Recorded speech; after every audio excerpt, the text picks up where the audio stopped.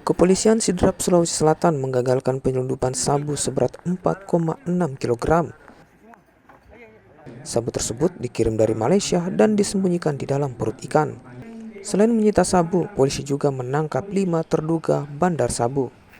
Kasus penyelundupan sabu dalam perut ikan ini terungkap setelah anjing pelacak mengendus barang haram itu. Para pelaku kini terancam hukuman mati atau penjara seumur hidup. Ini asalnya dari negara tetangga kita, Pak. Ya, diselundupkan dari sana. Dari Malaysia, menurut keterangan dari para tersangka. Kemudian melalui Kalimantan. Kalimantan banyak. Bisa yang pernah saya ungkap kemarin waktu awal saya menjabat dari Banjarmasin, mungkin dari Nunukan ya. Dari Nunukan dan dimasukkan, awalnya dimasukkan dalam perut ikan.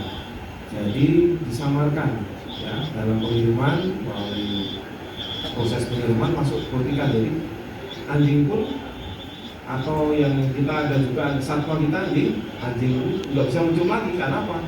Baunya amis ya, jadi nggak bisa mengendus lagi. Yang endus dari mana? Ya dari keterangan yang kita tangkap.